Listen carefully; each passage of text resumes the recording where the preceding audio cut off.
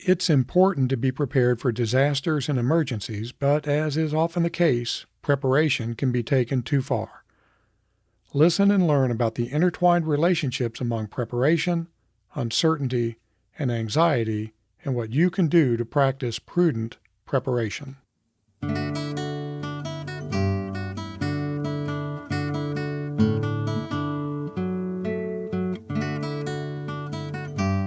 Welcome to Live Well and Flourish, where I help you understand what it means to live a flourishing life. I'm your host, Craig Van Slyke. If you're ready to think beyond material and external success, if you're ready to take control of who you are and the kind of life you live, if you're ready to flourish, this is the podcast for you. It's storm season here in Louisiana. Although I love living here, the weather can be rough. Storm season lasts more than half the year between tornado season and hurricane season.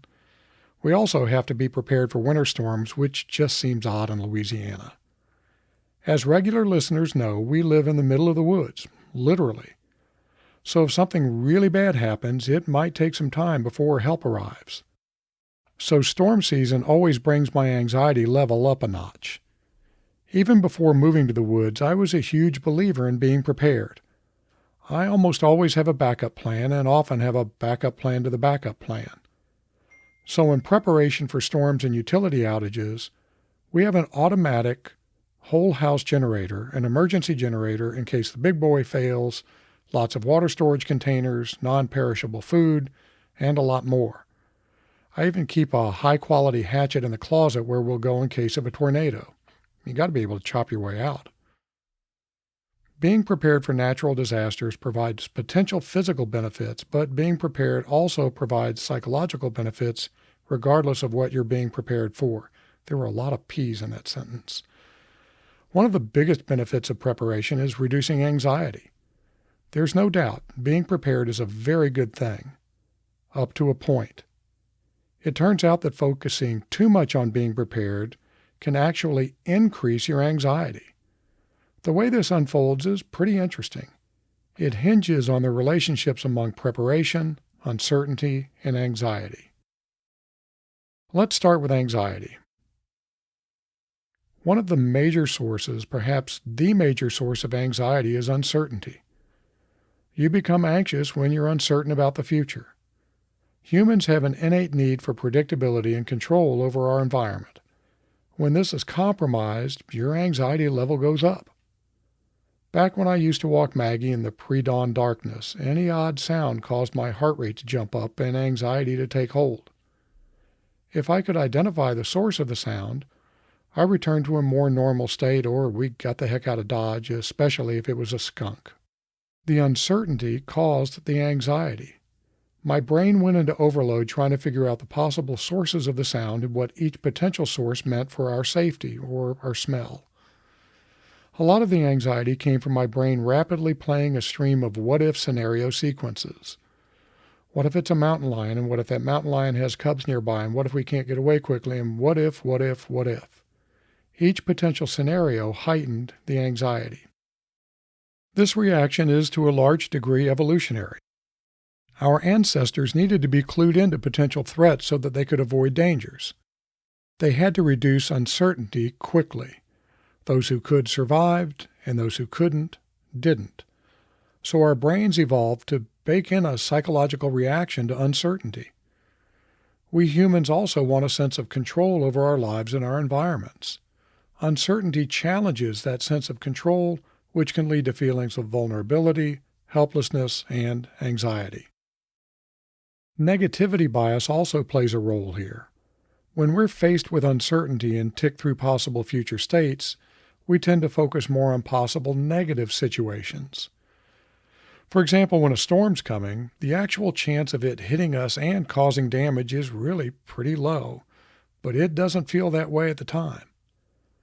My brain tends to go towards remembering the few times when the storm did hit us and cause difficulties, not the much larger set of times when a storm either bypassed us or hit us and didn't cause any real problems.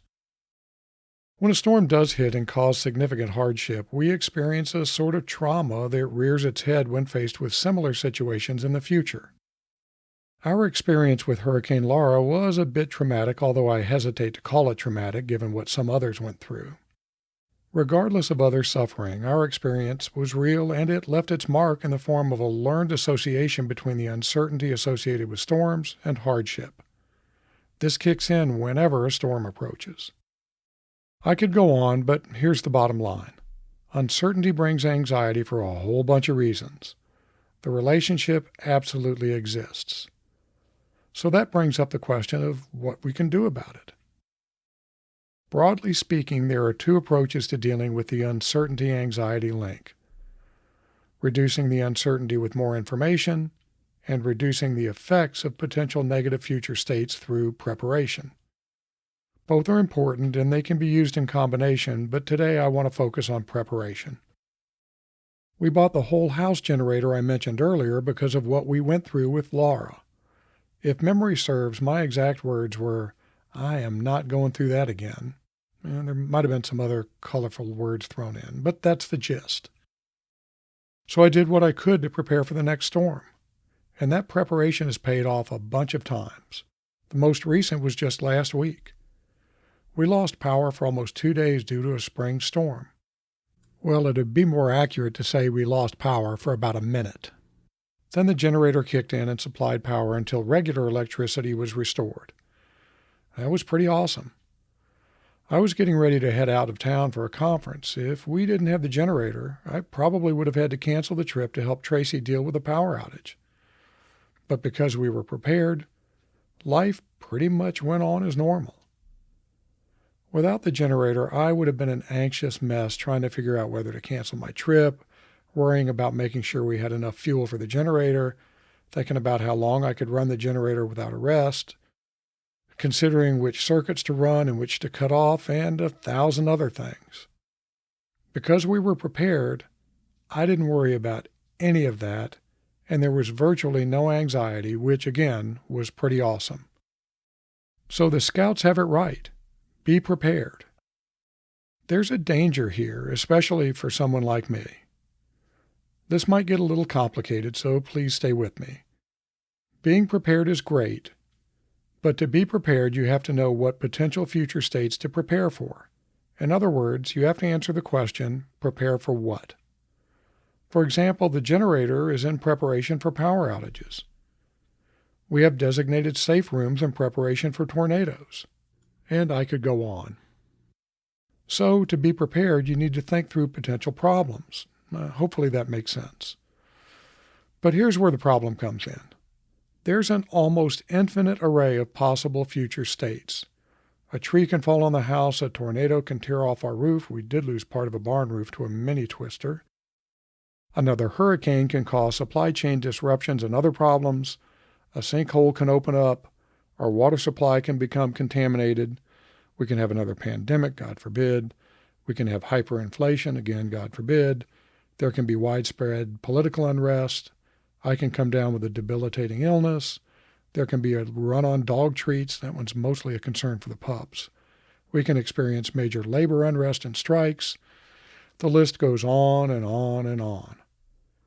The list of potential bad events is limited only by your imagination. If you try to prepare for all of these, you'll just make yourself crazy, or to put it more precisely, you'll experience debilitating anxiety over preparation. One reason for this is that each new potential negative event triggers your imagination to come up with others, which increases uncertainty and anxiety. There's another trigger. Trying to figure out the best ways to prepare introduces new uncertainty and anxiety. All of this can quickly become a downward spiral of endless what-if-isms and anxiety. Trust me on this, I've experienced it more than a few times. So there's a sort of a U-shaped relationship between preparation and anxiety. Up to a point, more preparation reduces anxiety, but there's a tipping point. Too much preparation triggers the downward spiral, and trying to be prepared leads to increased anxiety. To borrow from Aristotle, there's a golden mean of preparation. It's kind of like salt when you're cooking. Too little and the dish is bland, too much and all you taste is the salt. What can you do to strike the right balance? Prudent Preparation. Prudent is an interesting word. It implies several aspects that relate to living an excellent life. First, it implies the ability to think ahead and anticipate potential events and needs. But it goes further. Prudent also implies a sense of providing for the future using sound judgment, caution, and practical wisdom. That all aligns with what it means to live an excellent life. But prudent does not mean excessive. It means finding the right level of preparation and planning. So, how can you do that? Well, consider risk, which involves thinking about probabilities and consequences. When thinking through a potential negative event, consider the likelihood of the event and how bad it'll be if the event comes to pass. Living in the woods in a rural area means multi-day power outages are more likely than if we lived in a city with underground utilities. But being a victim of crime while at home is a much lower probability event now than when we lived in the city in St. Louis. But lower probability doesn't mean zero. So even for unlikely events, you need to think about the magnitude of the impact if the event should happen. A break-in is pretty devastating, especially if it happens when you're at home, so we still lock our doors at night. If an event is high probability or high magnitude, it may be worth preparing for. My English teachers would be appalled at that sentence, but I think you might get my meaning.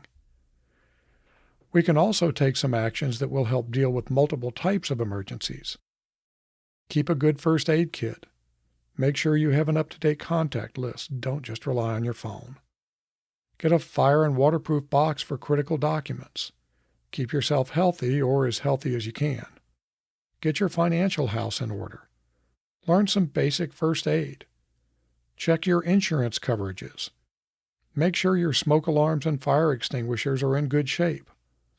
All of these will help you deal with multiple types of bad events. Don't get overwhelmed, though. Just get started and make slow, steady progress, and before you know it, you'll be prudently prepared. Here are 3 other things you can do this week to help you become better prepared. My first suggestion is a big one, and it's an easy one. Listen to the Practical Prepping Podcast. It's an awesome podcast my friends Mark and Krista put together.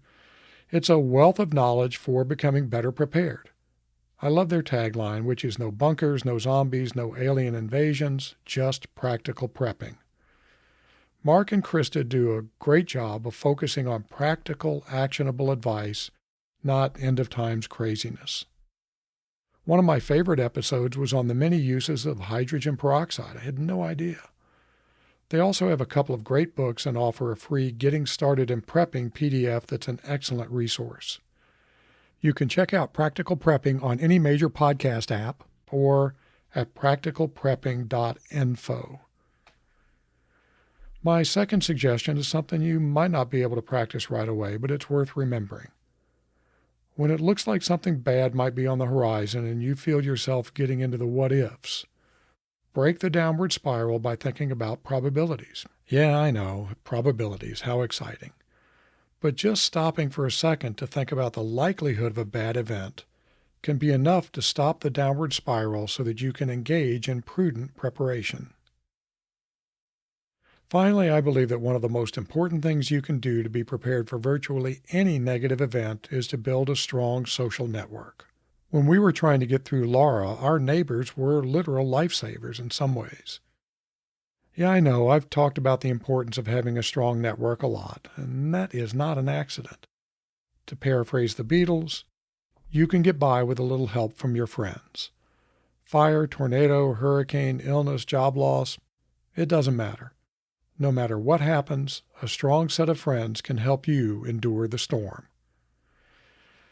Today's closing quote is an old proverb of questionable origin, but I think it fits. Prepare the umbrella before it rains. Until next time, be prepared, my friends. I produce Live Well and Flourish because of my dedication to helping others live excellent lives. I don't accept sponsorships and I don't want your money. The only thing I want is to help you and others flourish. If you've received some value from this episode, please share it with someone that might also benefit from listening. The best way to do that is to direct them to livewellandflourish.com. Until next time.